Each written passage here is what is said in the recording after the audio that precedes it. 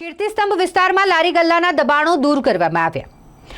વડોદરા મહાનગરપાલિકાની દબાણ શાખાની ટીમ રાજમહેલ રોડ પર ત્રાટકી છે અને જ્યાં ટ્રાફિકને અડચણરૂપ તમામ દબાણો દૂર કરવામાં આવી રહ્યા છે। લારી ગલ્લા સહિત દુકાનદારો દ્વારા જે ગેરકાયદેસર રીતે શેડ ઊભા કરી દેવામાં આવ્યા હોય તે તમામને દૂર કરવાની કાર્યવાહી કરવામાં આવી, જેમાં ACP C division Ashok Rathwa, Navapura પોલીસનો સ્ટાફ, વડોદરા મહાનગરપાલિકાની દબાણ શાખાની ટીમ આ તમામે સંયુક્ત રીતે કાર્યવાહી કરી છે। તમામ દબાણ જે ટ્રાફિકને અડચણરૂપ હોય તેને હટાવવામાં આવ્યા। લારી ગલ્લા અને શેડના દબાણોની વાત કરીએ તો તમામ દબાણો હટાવી 2 ટ્રક જેટલો સામાન જપ્ત કરવામાં આવ્યો।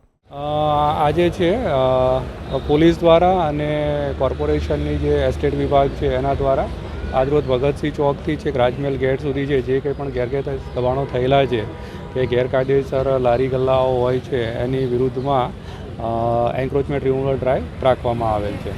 અન્ય કેવા પ્રકારની કામગીરી કરવામાં અહીંયા જે પણ જે લારીઓ છે પરમિશન વગર અને રોડ પર ઊભી રહીને અડચણ કરતી હોય અને જેને કારણે લોકોને ત્યાં ચાલવામાં બી મુશ્કેલ થઈ રહી છે, ઘણી જગ્યાએ એક્સિડન્ટ થવાનો ભય રહેલો છે।